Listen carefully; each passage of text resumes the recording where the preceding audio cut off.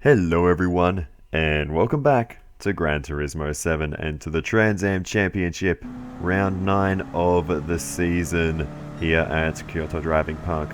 The Miyabi layout, the little one, with just 7 corners to navigate here.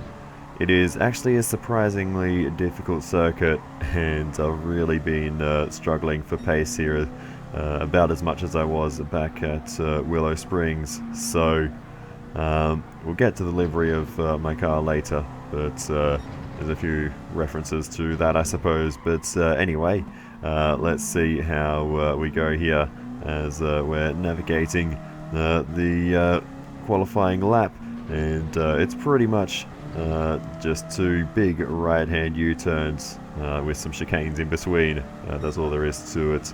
Turn 1, as we do improve on our first flyer on lap 2. Turn 1, just a big long right-hand sweeper that brings us around to a short straight which leads into turns 2 and 3, a kind of S section across the back of the circuit. Can definitely take more of those curbs, but avoiding them on this particular lap. Bit of the exit curb there, then losing it under brakes there into turn 4, this heaviest braking zone of the circuit, and yeah, we made a bit of a mess of that. So we were improving on our initial lap, finally through this chicane back to the start line, and unfortunately with that mistake we weren't able to improve on our second flyer, and we're down in 9th position. And considering how short the laps here are, we are nowhere near the pace. So yeah, the Super B that we're driving this time,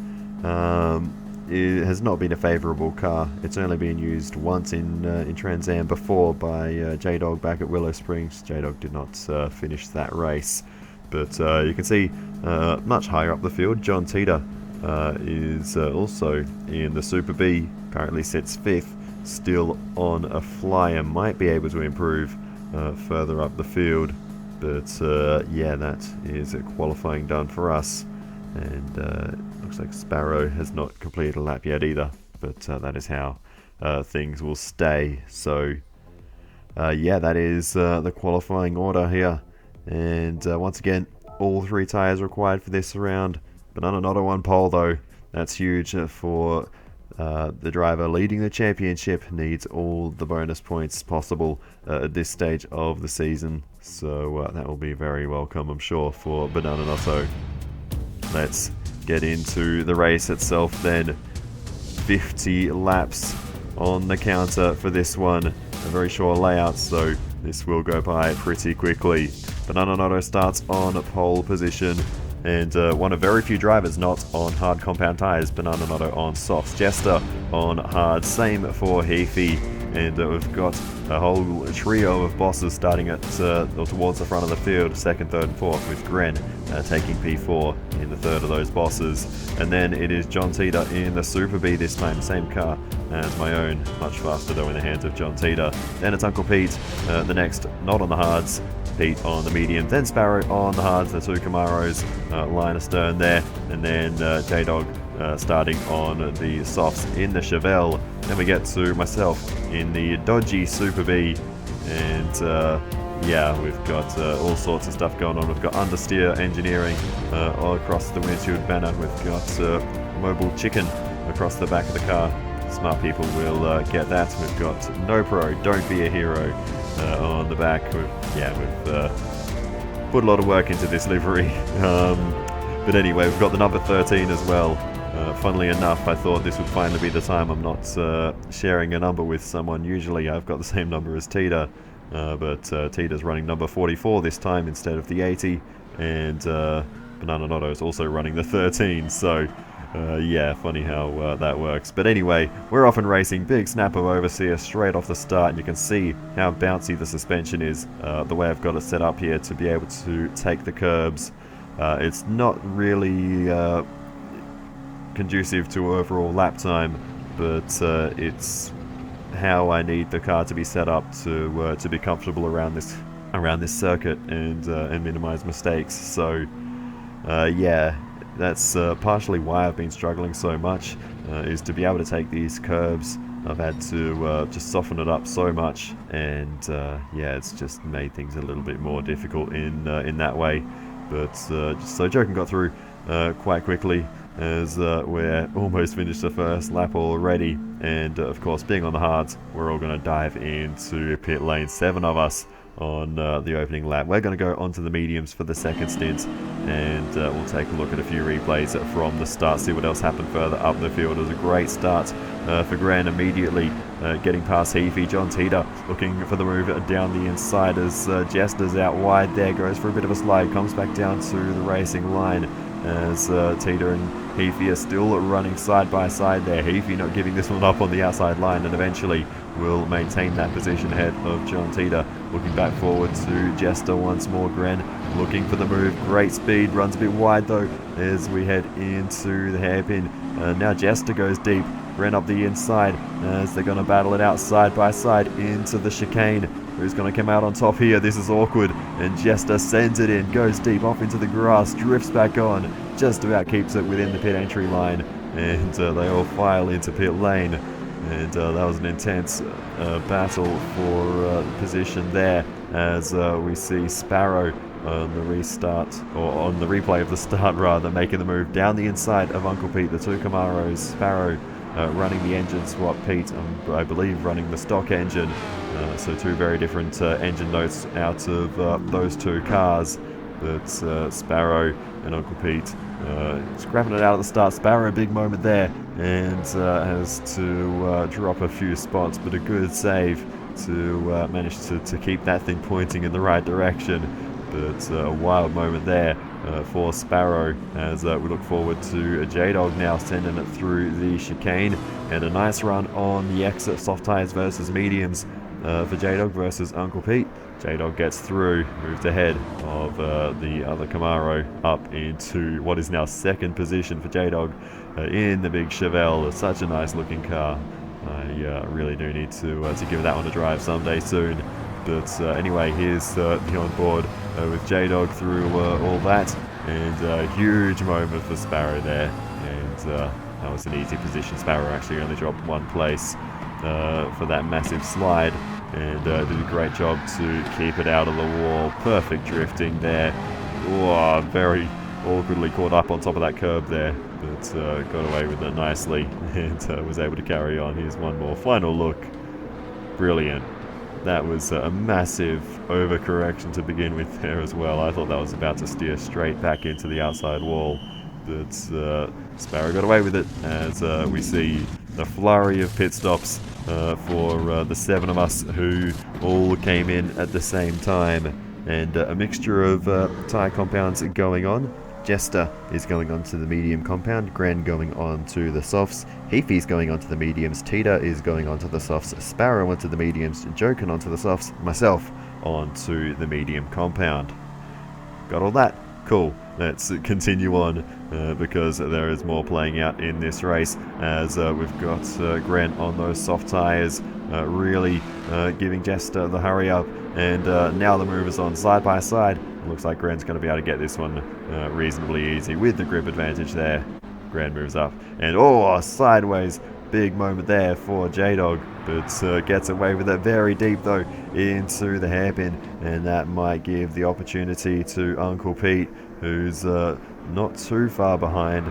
J-Dog on the soft tyres into the wall though, and that is a bruise on the car for J-Dog unfortunately, and Uncle Pete will get through there. So unfortunate little mishap there, as we see Sparrow off. Into the wall goes Sparrow. So that is going to be a bit of damage to the back of that car as Joken goes through, and unfortunately a mistake there for Sparrow.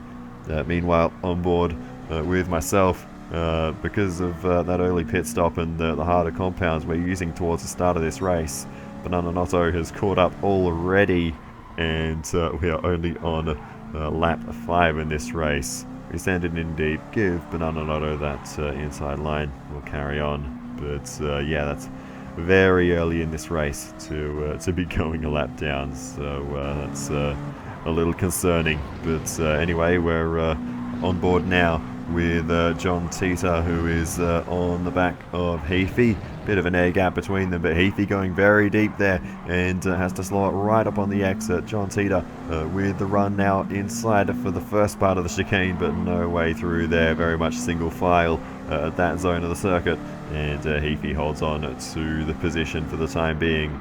But Teeter looking determined to get through at this point, as we now watch off board with this little battle.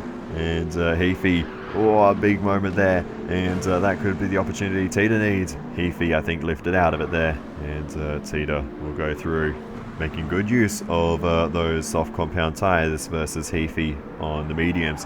As we see Gren looking for the move, but J-Dog's gone very deep into the outside wall there. That was heavy contact, and that'll definitely be some damage there for J-Dog to that beautiful Chevelle.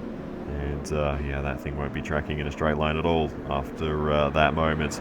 We stick with Gren though, because there's another move coming as Pete leaves it high and wide, and Gren's able to fly on down and make that position up into second. J-Dog continues to struggle going deep into the hairpin once more. Now Jester making the way through as well. So the struggles continue for J-Dog at this phase of the race as we go back on board with whoa, that was a wild moment. There's the onboard with John Teeter as that was J-Dog out in the grass there, and John Teeter's able to get through. Heathy will surely be following soon, and big snap there of oversteer out of the chicane.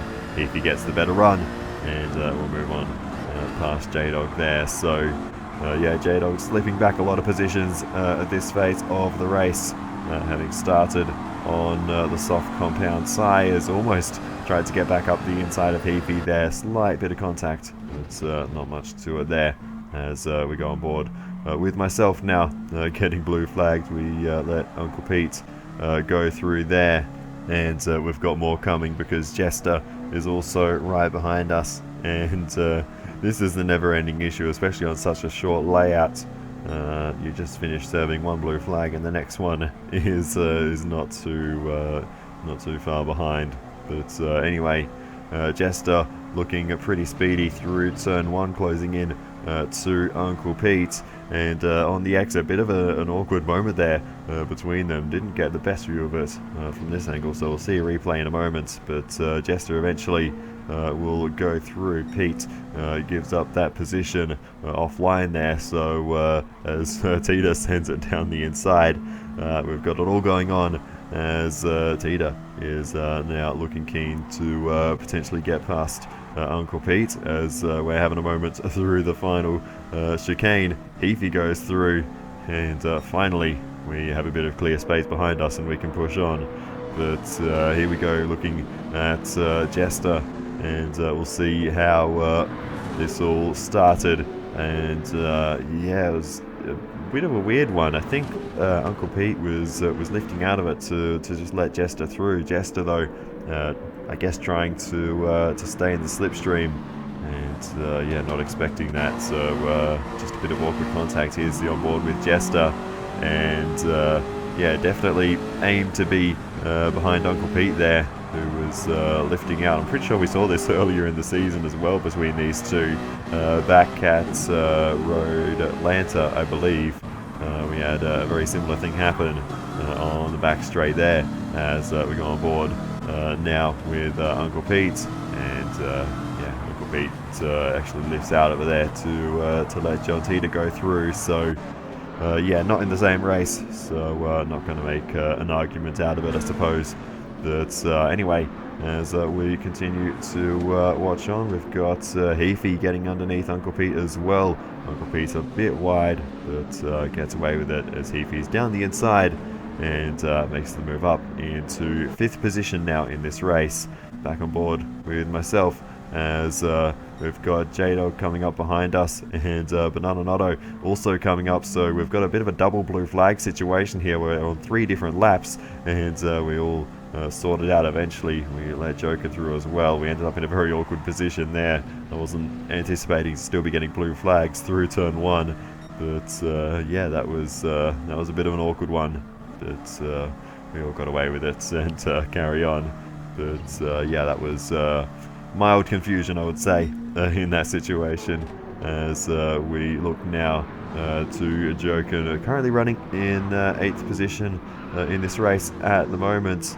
And yeah, we haven't seen too much, but Joken closing in to J-Dog now, and might be making a move very soon, as Joken gets a nice run through the mid-sector there, down the inside, and that should be job done for Joken. Nice and easy there, up into 7th position in the Mustang, as the Chevelle drops yet another position in this race. We haven't seen too much of the Chevelle. It's only the second appearance it's made, as J-Dog's off the road there again. But yeah, J-Dog clearly struggling a little bit in that car at the moment. As we see into the pit lane, we've got Uncle Pete switching to the hard compound tyres. And I'll be making my way into pit lane right now. And we'll be switching to the softs for the rest of the race. This will actually be my final stop of the race, because I'm basically anticipating to finish a number of laps down. I don't really need to calculate my strategy to the full race distance, so we can get rid of the unnecessary compounds a couple of laps early and get away with it. So that's exactly what we're doing. We'll fill up to the top, and these soft tyres should get us to the end nicely. I don't think tyre wear will become too much of an issue, but we'll see towards the end of the race as we get going once more. I almost forgot to mention among the things I've put on the car, the decals.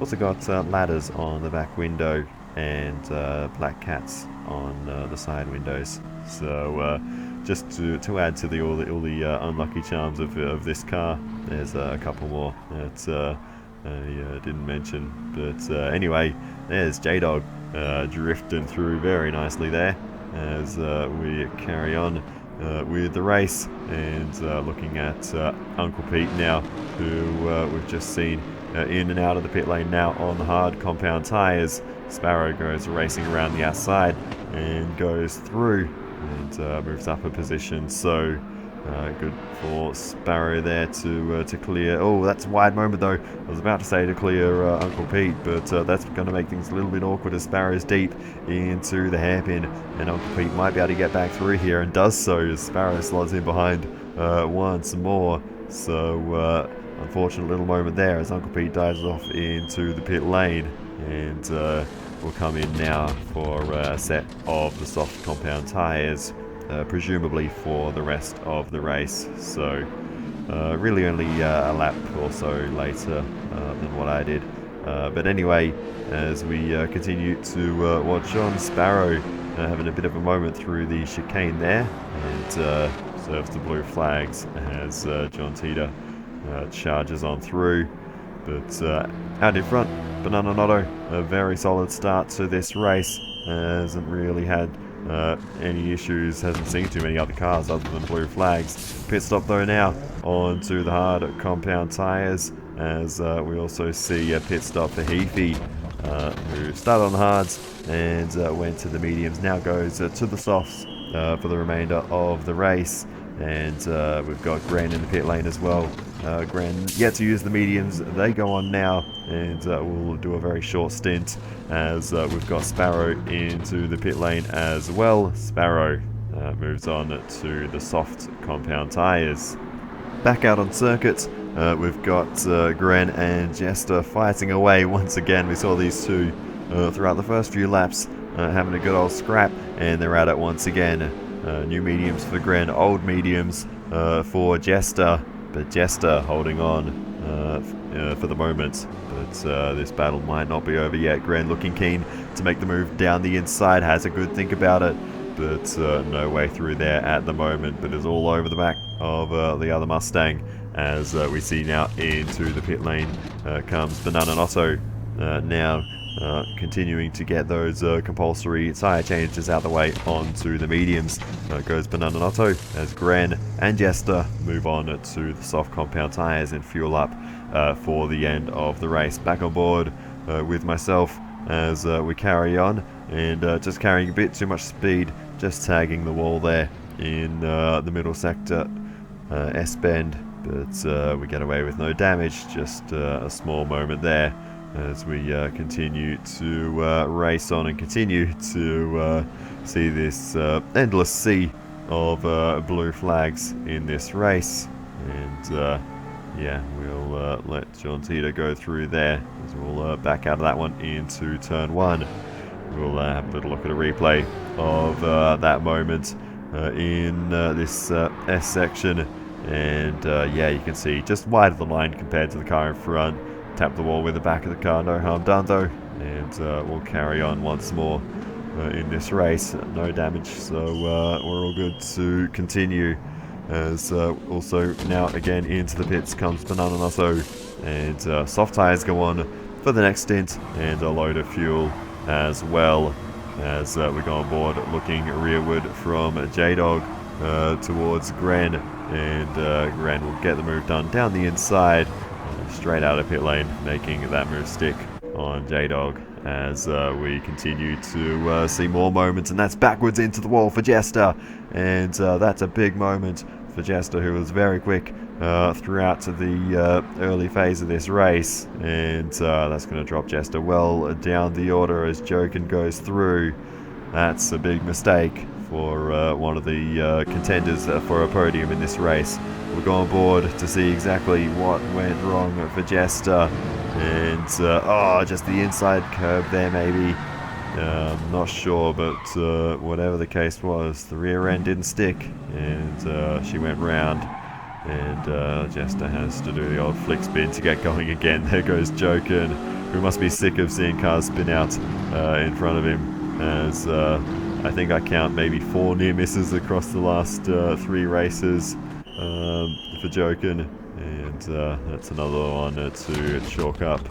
Meanwhile, in the pit lane, we've got J-Dog making another pit stop, bit of damage to repair to the J-Dog car. The hard tyres go on for J-Dog, and the Chevelle comes out of pit lane and rejoins the race as Jester goes around the outside, around pit exit. J-Dog slots in behind. Back on board with Jester now, trying to get back past Jokin. They're not even on the same lap, these two, but a bit of contact at the S section there. I'm sure Jokin fully knew that Jester was going for that move, but down the inside goes Jester, and gets the move done, and moves ahead on track, not in position. Now we've got J-Dog into the pits again, getting rid of those hard tyres, and a set of mediums go on for J-Dog. We've got battle playing out here. Banana Notto down the inside of John Tita, not for position, but back ahead of his championship rival, and on the same lap once more goes Banana Notto, as we see John Tita then come into the pits. Tyre change for the medium compound tyres to end this race for John Tita, as we continue to see the battles play out. Banana Notto starting to put the pressure on Jokin, who's been in and out of the pit lane as well. Unfortunately, I missed that one, but Banana Notto gets through on Jokin pretty easily. Here's on board of Banana Notto, right down on that inside curve. Jokin almost leaving a car's width, and then shuts that door at the last moment.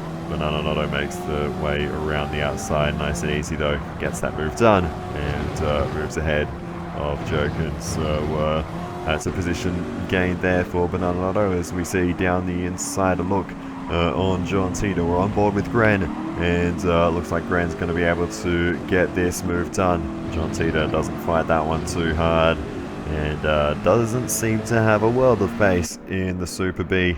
Might be a reason it hasn't proven a popular car so far. Meanwhile though, Heafy having a bit of a wide moment there, exit of the S section. No big deal though, we'll carry on with some dirty tyres for a couple of corners after that. Back on board with myself though, as we're well past the halfway point in this race, as we head through turn 1, lap 32 now, So getting towards the closing stages, we're getting blue flagged once again for Banana Notto. We'll let him past just after these corners as we go off the road there, and that's a terrible time to make that mistake. Big hit from behind, and that is about as terribly as that could have gone, as Uncle Pete goes through as well. And we've got damage to the back of the car. There'll be damage to the front end of the Banana Notto car as well. And that just was not good. Yeah, not really too much to say on that. Terrible time to make that mistake. I did everything I could to try to avoid coming back on the track with too much kinetic energy, but yeah, on the grass there was just no way to stop the car. It was a good save after the contact. We had a massive slide and got it pointing in the right direction again, but yeah, terrible. Just I sent it in there a little bit faster than maybe I normally would, because I knew that Banana would be catching pretty quick, but yeah, just couldn't get the turning done, went off the road, and once you get onto that grass there wasn't really much more I could do. I turned as far right as I could, I held the brakes, but there was no stopping the car from coming back onto the road. In hindsight, might have been better off just keeping it pinned, but anyway, that happened. That was very unfortunate. Sparrow's into the pits as well for a change onto a new set of tyres. I can't help but point out the irony of the two number 13 cars coming together. So yeah, that's a thing. But anyway, yeah.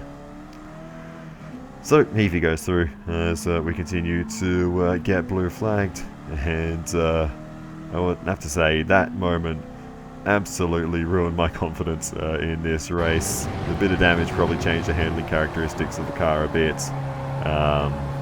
but yeah, just after that it was just yeah, I basically forgot how to drive at that point. I had no rhythm. But on board now with Banana Notto. This is a little bit after the incident, and we're just going to do a little check to see what the lap times are like. The average lap times before the incident, probably in the mid to high 40s. So we'll see what Banana Notto can do on this lap, and it's a 40.71. So right smack bang in that range. So the damage doesn't seem to be too bad, of course. We can't tell things like fuel maps and things like that, but yeah, hopefully the pace is not affected to any significant rates. But it seems that there's still plenty of pace in the Banana Notto car down the inside of John Teeter, and makes that move very nicely as Teeter goes a bit wide. Banana Notto gets through up into second position. That's a critical position for the championship, especially seeing as Banana Notto also has the fastest lap of the race at the moment. So that's going to be an improvement to his total points haul for sure. Maybe more if he can go chase down Gren. But we've got another battle playing out here as Jokin is dropping back, and Heafy goes through, makes the move on Jokin, and looks like Jester won't be too far behind as the battle continues to play out. Jester closing in all the time, so the three bosses close together on track here, as we've got Gren out in front in another boss. So there's 4 on track here today. It's a very popular car to use, and we might see multiple of them on the podium. Meanwhile though, Jester makes the move down the inside in the intra-boss battle, and Jester gets through and moves ahead of Jokin. Jester and Heafy looking very quick at the moment, might be a threat for that final podium place as we go on board with Teeter, and closing in on J-Dog, who's getting blue flagged, but fighting this one as they're going to go side by side through the final chicane, and on the exit Teeter will get the run as J-Dog's keeping it side by side though, all the way up towards turn 1, and Teeter will eventually go through as J-Dog just doesn't have the grip and has to slot in behind. But J-Dog fighting that one with the blue flags there, as we step aside for John Teeter and make things a little bit easier than what J-Dog did. But we're 10 laps from the end ourselves. It'll be less than that for the likes of John Teeter, who are on the lead lap. So we'll ride on board for a little moment here and see exactly what the situation is, because you can see the gap there as we allow Heafy and Jester to go through, and they are both catching John Teeter quite rapidly, as Jester's definitely closed that margin to Heafy. So we might have a bit of a three-way scrap coming up here as we take a look at these two, and it's Jester right on the back of Heafy, and looking threatening to make a move here very soon, if not immediately, as the battle commences and already is over. Jester goes through, and Heafy slots in behind, not making it too difficult there for Jester, and now Jester will go chasing after John Teeter in the Super B. And look at the time that Jester is gaining already versus John Teeter. Absolutely flying in the boss. And that margin to the Super B is just increasing more and more every single corner. And Jester with the pace on those soft compound tyres. Remember, Teeter is finishing this race on mediums, so that does explain the lack of corner speed for John Teeter at the moment. Is there going to be anything Teeter can do to stay on the podium here with all the speed that Jester's coming here with? It doesn't look likely that Teeter's going to be able to hold on to this. Jester looks for the move down the inside. It's a late move as they go side by side, and Jester gets through up into a third position. Heafy trying to take advantage. Bit of contact with Teeter there, as Teeter is a bit wide through the chicane, and more contact. Heafy out into the wall, and comes back on, and Teeter's just going to roll out of it and allow Heafy to maintain that position. And Teeter drops all the way to P5 in this race. Here's the onboard of how all of that played out for John Teeter. Huge lunge down the inside. Big aggression from Jester, came from a fair way back, but got the move done nicely. And then, yeah, Teeter just wrong line into the chicane. Got a bit caught out by that. And contact as he came back onto the road and sent Heafy out into the wall. Backed out of it. Knew that, yeah, that little incident had occurred. And, yeah, allowed Heafy to carry on. So, very professional response there, but as we now go on board with Heafy to see how all that played out, sent it into the hairpin there, not quite able to turn it back to the inside as he would have wanted to, and then yeah, just tagged off into the wall. Gave Teeter enough room, but Teeter on that compromised line just wasn't able to manage that section, with Heafy also going around the outside as we allow Gren to go through, and Gren is about to start the final lap. We are a whopping 5 laps behind in this race with that one. So yeah, it's been a struggle, but not for Gren, who just has 1 lap remaining. And can you believe Gren has only made 2 race starts in Trans Am and is already on target for a first victory. It has been a class drive from Gren. Great battling away with Jester in the early phases of this one to get into the right position, and then nice, smooth and consistent driving in the second half of the race to just maintain the gap and maintain the lead.